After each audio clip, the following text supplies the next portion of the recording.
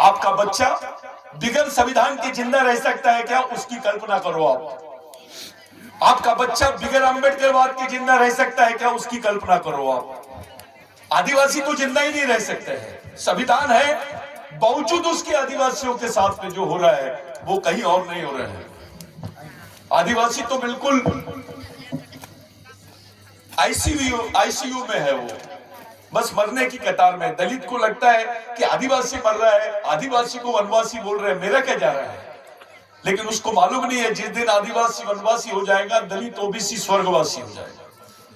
क्योंकि आपके पास में सर, आपके पास में एकमेव आदिवासी है जहां आप बोल सकते हो कि ये हम आदिवासियों के वंशज हैं।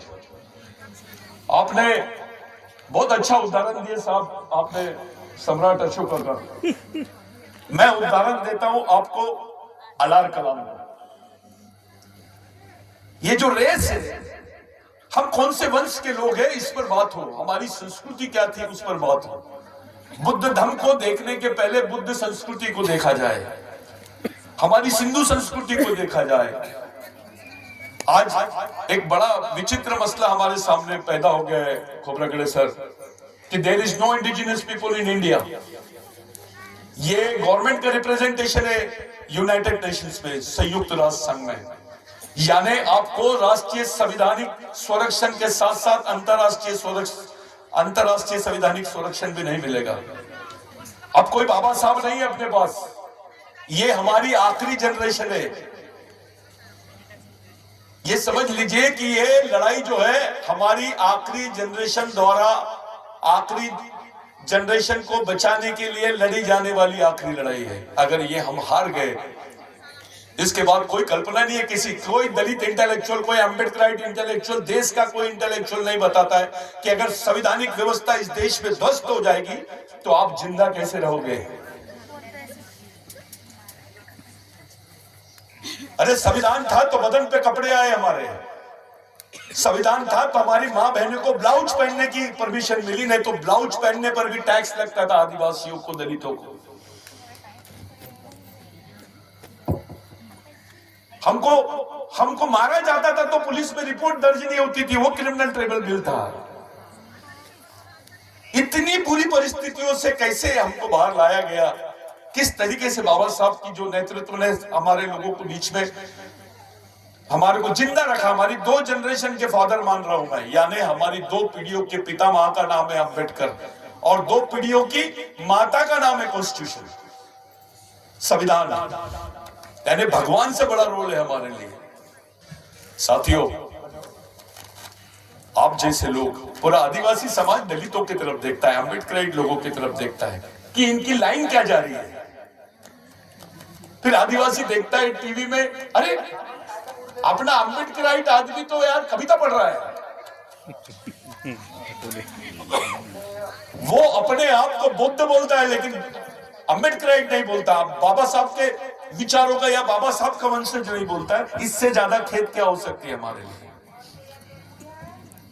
हम जानते हैं, हम थोड़े पढ़े लिखे हो गए, हमको मालूम है बाबा साहब के सिवा दूसरा पर्याय नहीं है। आप जनरेशन के सामने सवाल खड़ा है कि क्या हम गैर संवैधानिक व्यवस्था में जिंदा रह सकते हैं क्या? अगर गैर संवैधानिक व्यवस्था में जिंदा रह सकते हैं तो फिर चुपचाप रहो, अपने अपने घरों में बैठे रहो। जो आपने आरक्षण लिया, जिसका फायदा उठा लिया, उपयोग किया, उपभोग किया, वो करते रहो और अच्छे से करो, प्रॉपर्टी बढ़ा लो। लेकिन गैर संवैधानिक व्यवस्था में जिंदा नहीं रह सकते हैं तो घर से बाहर निकलना पड़ेगा। बहुत इंपॉर्टेंट विषय लाए सर आपने, बहुत। मैं आपको इसके पहले भी आपका कॉन्स्टिट्यूशन पर जो अप्रोच देखा मैंने, मैं बहुत खुश था उससे, कि हम लोग चाहते हैं कि कोलैबोरेशन हो, समन्वय, सामाजिक समन्वय स्थापित हो दलित, आदिवासी, ओबीसी में, कोई रास्ता बनाए अपनी आने वाली जनरेशन के लिए। मैं पूरा देश घूमता हूं सर, लेकिन मेरे को कहीं पर भी ऐसा नहीं दिखा कि इस डायरेक्शन में कोई सोच रहा है। अपने बड़े बड़े कर्मचारी लोग सम्मेलन लेते हैं, एक दूसरे का सत्कार करते हैं, तू पैगंबर मैं खुदा, इससे ज्यादा मैं कुछ नहीं देखा।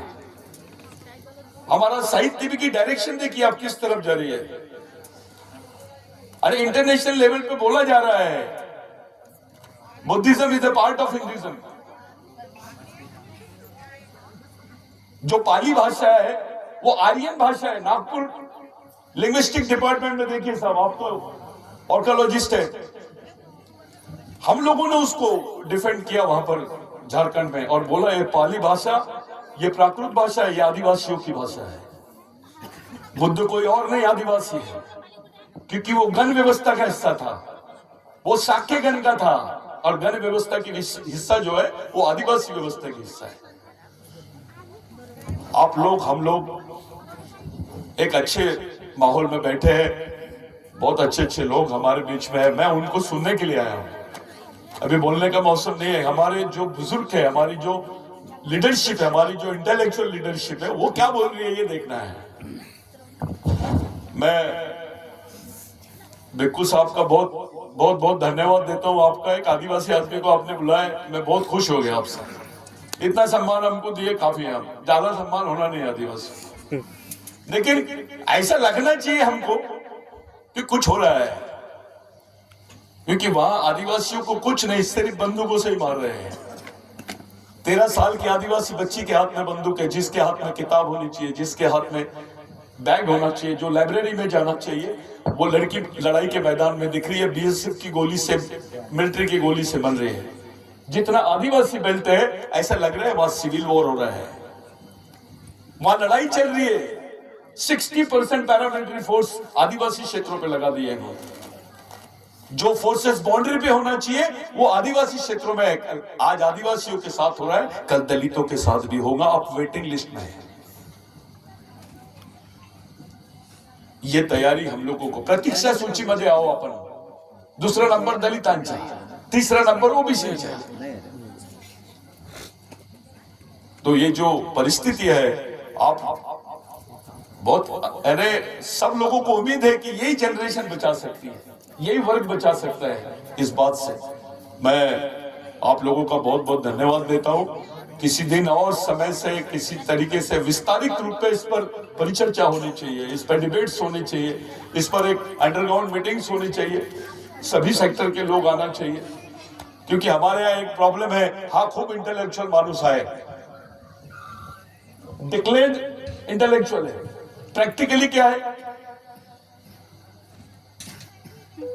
तो हम जिस जमीन पे काम करते हैं वहां तो इज्जत नाम की कोई चीज नहीं है, कोई कलेक्शन नाम की चीज नहीं है। इतना बड़ा मंडप भी आदिवासियों के बीच में लग गया तो बहुत बड़ी बात हो रही है।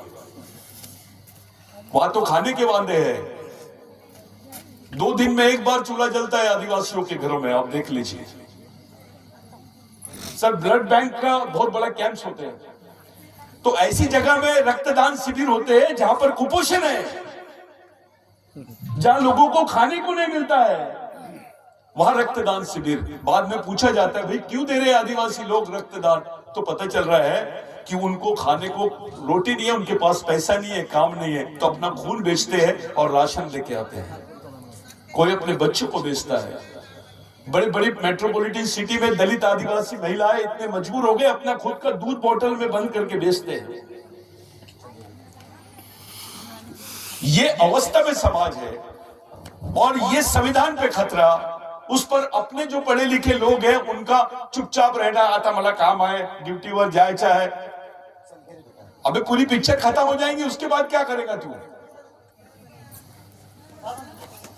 ये बहुत इंपॉर्टेंट मीटिंग है। अगर इसमें 5 लोग भी तैयार हो जाते हैं, इस बात से सहमत हो जाते हैं, तो बहुत बड़ा हमने अचीवमेंट किया है, समझ लेना।